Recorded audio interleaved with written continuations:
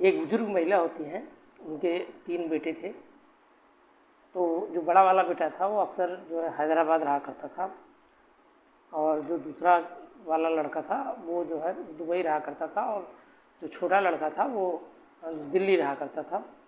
पैसे की कोई कमी नहीं थी, और उनके पति एक बुजुर्ग महिला थी, तो उनके पति भी एक सरकारी सर्विस के रिटायरमेंट अधिकारी थे। कोई दिक्कत नहीं थी, सब कुछ अच्छा चल रहा था उनके जीवन में। लेकिन एक दिन जो है उनका बेटा, उनके मझले बेटे का फ़ोन आता है जो दुबई में है, अपनी माँ के पास। वो बार बार फ़ोन करता है और रोज़ की तरह अपनी माँ से लगातार बात कर रहा था। लेकिन उस दिन उसने अपने माँ के पास फ़ोन किया, और फिर अपने पिताजी के पास फ़ोन किसी ने नहीं रिसीव किया, तो वो बुरी तरीके से डर गया कि आखिरकार बात क्या है। तो उसने जो है अपने जो गार्ड होते हैं, गार्ड के पास कॉल करता है कि आप जाइए और वहाँ पे देखिए फ़ोन क्यों नहीं उठाया। तो जो गार्ड था वो गार्ड जाके वहाँ पे जब फर्स्ट फ्लोर पे चढ़ता है, तो वहाँ जो देखता है जो है तो जो देखता है तो वो रूम में देखता है कि एक तरफ बेडरूम में उनके पिताजी का जो है लाश पड़ा हुआ था, और दूसरी तरफ वो जब देखता है तो वहाँ पे सुनीता जी जो थी उनका जो है किचन में लाश पड़ा हुआ था। तो ये सब देखकर वो पूरी तरीके से डर गया और वो चिल्लाने लगा, और चिल्लाने के बाद ज़ोर ज़ोर से जो नीचे के पड़ोसी लोग थे वो तुरंत ऊपर आ गए, और ऊपर आने के बाद जो है लोगों ने इसे ठीक समझा, और ठीक समझने के बाद उन्होंने तुरंत पुलिस को इसका इत्तला दिया, क्योंकि जो पुलिस जब वहाँ पे आई तो फिर उस जांच में जुट जाती है। आज कहानी एक ऐसी बुजुर्ग महिला की है जिसमें आप भी सुनने के बाद शायद बेहद हैरान रह जाएंगे, क्योंकि उस घर में एक नहीं बल्कि 2 कत्ल हुए।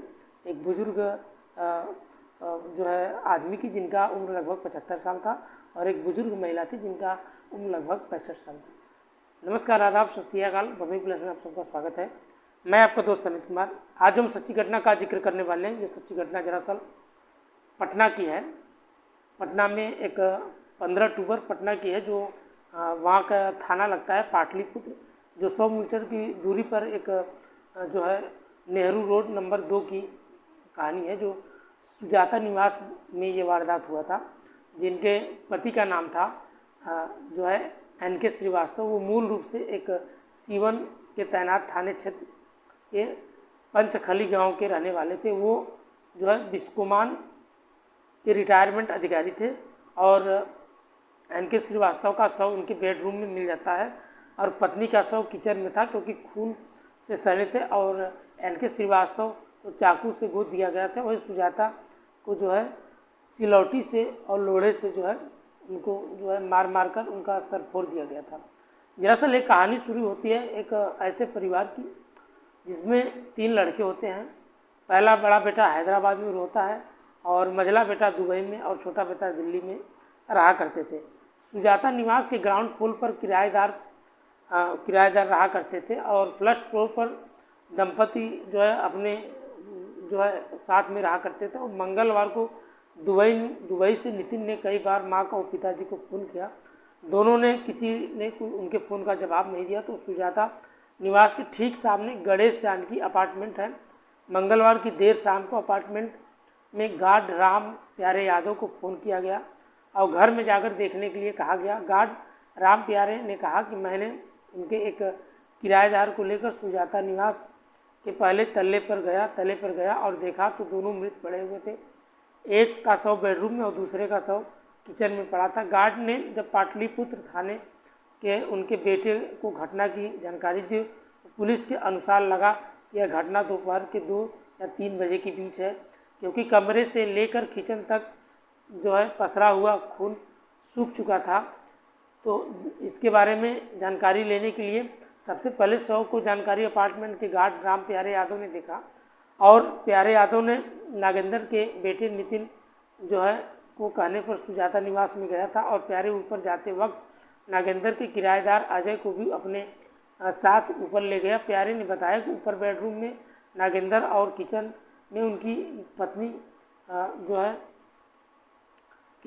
पत्नी का शव पड़ा हुआ था, और अलमारी का दरवाज़ा खुला हुआ था, और दोनों के शरीर पर काफ़ी खून पड़े हुए थे। सुजाता निवास के ग्राउंड फ्लोर पर रहने वाले किराएदार अजय ने बताया कि मैं औरंगाबाद का रहने वाला हूँ और पिछले 3 साल से यहीं किराए पर रहकर मैं पढ़ाई किया करता था। एक बुजुर्ग दंपत हमेशा लड़ाई किया करते थे क्योंकि नागेंद्र के पैर में काफ़ी तकलीफ़ थी और वो बिना जो है वॉकर के चल नहीं फिर नहीं पाते थे और उनकी तबीयत दिन ब दिन खराब होती जा रही थी। उनकी पत्नी की जो है सारा काम किया करती थी और दोनों को हमेशा अक्सर लड़ाइयाँ हुआ करती थी।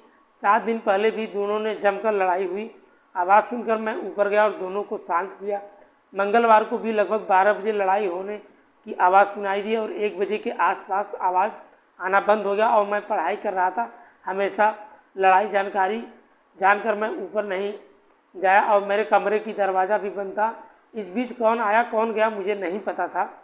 इससे घर में मेड सुबह काम करने लगभग 9 बजे आती है और वो 6 बजे आती है और सुबह के 9 बजे वो चली जाती है। शाम के सामने अपार्टमेंट में गार्ड में मुझे बुलाकर ऊपर ले गया और ऊपर जाकर देखा तो कमरे में नागेंद्र और किचन में देखा तो उनकी पत्नी की लाश पड़ी हुई थी। और पटना में जब MI के पास अब आधे के दिन दहाड़े तो जब पड़ी हुई थी तो उसको देखने के बाद पुलिस भी जो है उनकी बातों में सुनने के बाद पुलिस भी काफ़ी दंग रह गई क्योंकि ये घटना इससे पहले इतना बड़ा हादसा नहीं हुआ था। पुलिस इस बात की तफ्तीश के लिए उसने पूरी फोर्स लगा दी लेकिन फिर भी कोई उसका चारा नहीं निकल रहा था। पास ही में एक अमित उर्फ जो है पिंटू नाम का एक व्यक्ति रहा करता था। तो जब पुलिस ने इन सब एंगल पे पहुंचने के बाद जब जानकारी जुटाने में जुट गई तो जानकारी जुटाने के वक्त जो है वहाँ पे कुछ नहीं मिला। तो मिलने के बाद पुलिस फिर से अपनी तफ्तीश चालू कर देती है और किसी ने जो है उस अपार्टमेंट के बगल ही जो है एक छोटा सा CCTV कैमरा दूसरे के यहाँ लगा हुआ था बगल में। तो पुलिस जो है उस कैमरे को जो है उतरवाती है और उतरवाने के बाद जो है जब जाके उस कैमरे को चेक किया जाता है तो उसे देखा जाता है तो उसमें अमित उर्फ नाम जो है पिंटू नाम के इस व्यक्ति ने पिंटू ने जो आरोपी था उस व्यक्ति ने जो है अपने बाइक पे सवार होकर उनके घर से जस्ट वापस आ रहा था और आते वक्त जो है थोड़ा सा उसकी गाड़ी की नंबर और उसका झलक दिया थोड़ा सा दिखाई दिया। दिखाने के बाद पुलिस को पूरी तरीके से शक हो गया कि कातिल कोई और नहीं बल्कि इनका जो है क्योंकि जिस जगह ये जो है हुआ था नेहरू नगर रोड नंबर 2 पे जो हादसा हुआ था जो है तो वहाँ जो है करीब उसी के जस्ट बगल में ये पिट्टू जो है अपना किराने का दुकान चलाता था और इस किराने की दुकान चलाता था। तो अक्सर जो है वो जो बुजुर्ग महिला थी तो वो अक्सर करके इनके यहाँ जो है सामान वगैरह लेने के लिए या कोई ज़रूरत हो तो फ़ोन कर देती थी तो ये जो है तुरंत पहुंचकर वहाँ पे चला जाता था। लेकिन दरअसल कहानी शुरू तब होती है दोस्तों कि जो औरत थी वो थोड़ा सा बहुत करेक्टरलेस का ये था कि वो थोड़ा सा अवस्था के हिसाब से भी उसे जो है सेक्स की इतनी लत थी कि जो है वो बिट्टू को जो है कभी जब उसका मन भरता तो लगातार उसे फ़ोन करके बुलाते थे और उसके साथ अक्सर करके गलत संबंध बनाती थी। और ये जो बिट्टू था ये भी क्योंकि ये पैसे के लालच में वहाँ पे जाया करता था बल्कि एक नहीं बल्कि कई लड़कों के साथ उसका अवैध संबंध था। लेकिन ये बात उनके पति योगेंद्र को नहीं पता था क्योंकि उनको जो है उनका अपार्टमेंट जो फ्लोर था वो कई कमरों में था। तो इस जानकारी की क्योंकि पैर से विकलांग थे तो उस जगह वो पहुंच नहीं पाते थे। तो दरअसल एक दिन हुआ क्या कि करीब 10 बज रहे थे सुबह के और उसने जो है बिट्टू को बुलाया। योगेंद्र की पत्नी ने जो 65 वर्षीय बुजुर्ग महिला थी उसने जो है बिट्टू को बुलाया। बिट्टू बुलाने के बाद वो दोनों नग्न अवस्था में जो है उनके पति ने देख लिया और देखने के बाद जो है उन दोनों को बहुत जलील किया। तो जो है जब बहुत ज़्यादा जलील किया तो बिट्टू के मन में आया कि ये इतना जलील वो सोचा कि हम बर्दाश्त नहीं कर पाएंगे और कहीं ना कहीं वो ये पुलिस को सूचना ना दे क्योंकि वो भी एक बहुत नॉर्मल परिवार से था फिर भी इतना बड़ा कदम उठाने के मूड में नहीं था। लेकिन जो उसकी योगेंद्र की पत्नी थी जिनका वो बुजुर्ग महिला वो 65 वर्ष थी उनको सेक्स का इतना लत था कि उन्होंने जो है योगेंद्र के साथ मिलकर पहले अपने पति की जो है हत्या कर देती है और हत्या करने के बाद जब जो है योगेंद्र उनके पति का मुंह दबाकर रखता है और वो चाकू लेकर तुरंत उनके सीने में लगभग 3 से 4 बार करती है और वहीं पे उनके पति का मौत हो जाती है। और मौत होने के बाद वो जो है चाकू लेकर चली जाती है धोने के लिए किचन में, और मौका पाकर जो है बिट्टू सोचता है कि इसे भी जो है मार के यहाँ का ज़्यादा जितना भी संपत्ति है, जो है पैसा कौड़ी और सोने चांदी लेकर यहाँ से गायब हो जाकर कहीं अपने भाग जाएंगे। लेकिन जो है जब उनकी औरत जो है, जो बुजुर्ग महिला थी, वो जब बाथरूम में गई जो है धोने के लिए उस चाकू को, तो उसने पीछे से पहुंचकर वही चाकू लेकर करीब 36 बार उनके पेट में जो है वार पे वार करता गया। और फिर भी वो जिंदा थी, तो वहाँ पे कुछ सील और लोहड़े रखे हुए थे, वो उठाकर उनके सर पे पटक देता है और वहीं उनकी मौत हो जाती है और वहाँ से वो फरार हो जाता है। जब वहाँ से वो फरार हो जाता है, जब पुलिस तफ्तीश करते करते जब उस एंगल में पहुँचती है, तो उससे जब पुलिस पकड़ती है, पकड़ने के बाद इसने सारी अपनी कहानी बताई और कहानी बताने के बाद पुलिस ने उसे गिरफ्तार किया और उसे गिरफ्तार करने में उसे जेल भेज दिया। दोस्तों, इस कहानी के माध्यम से किसी का दिल दुखाना नहीं था, बस आपके साथ शेयर करना था। कहानी अगर आपको अच्छी लगी हो तो कमेंट में अपनी राय जरूर बताइएगा। दोस्तों, सोचते हैं आपके पास अच्छा कहानी लेकर। हालांकि जो बुजुर्ग महिला थी वो बेहद गलत कर रही थी, लेकिन फ़िलहाल जो बिट्टू किया वो भी बेहद गलत, क्योंकि उन्होंने माना यह भी जाता है कि लगभग 50,000 से ज़्यादा रकम जो है बिट्टू ले चुका था। दोस्तों, इस कहानी के माध्यम से बस आपके साथ शेयर करना था।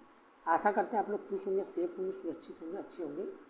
आप अपना सपोर्ट, थोड़ा प्यार बनाए रखिए, क्योंकि आप अपना सपोर्ट और प्यार बनाए रखेंगे तो हम आपके लिए ऐसे ही मज़ेदार वीडियो लेकर आते रहेंगे। अगर चैनल पे नए हो तो प्लीज़ चैनल को सब्सक्राइब कर लें, और अगर फेसबुक पेज पे हो तो प्लीज़ फॉलो कर लें, और इंस्टाग्राम पे भी अगर हो तो प्लीज़ फॉलो कर लें। आप अपना सपोर्ट और प्यार बनाए रखिए। हम आपके लिए हर रोज़ नई वीडियो के साथ मिलते रहेंगे। आज के लिए इतना ही, मिलते हैं नेक्स्ट वीडियो में। तब तक के लिए बाय बाय, गुड नाइट, जय हिंद।